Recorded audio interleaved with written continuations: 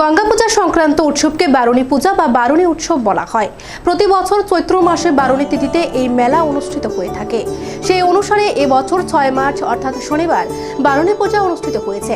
এই উৎসবকে সামনে রেখে প্রতাপগড় হাওড়া নদীতে ভক্তরা স্নান করছে এবং পূর্বপুরুষদের উদ্দেশ্যে পিণ্ডদান করছে।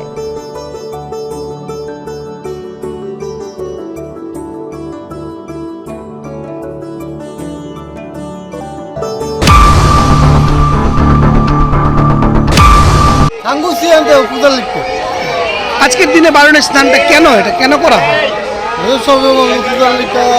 মন্দির বারুণী স্নানের ভিতরে খতম। বারুণী স্নানটা মাতৃপুরুষের তর্পণ উদ্দেশ্যে সদ্যতির জন্য স্বর্গে যাওয়ার লেগে জল তর্পণ করা হয়।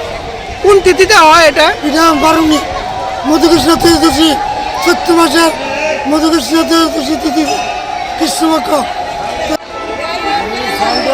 করে শিবের পূজা, এটা শিবের যে বারুটি, মানে মেলার মধ্যে কুষ্ঠরোগ ছিল, বলছে হাজার লোক যাইব এখানে ভক্তরা, আমি কুষ্ঠরোগ গেলাম পার্বতী গাছে কইতেছে, বুঝলি পার্বতী গাছে কইতেছে, পার্বতী কইছে কী করছে তোমার যাইব, তোমার একটু ওষুধ না দেখত পরীক্ষা করি, তারপরে নিজে কুষ্ঠরোগ পার্বতী গাছে বয়ে গেছে, কেউ আর ধরে না।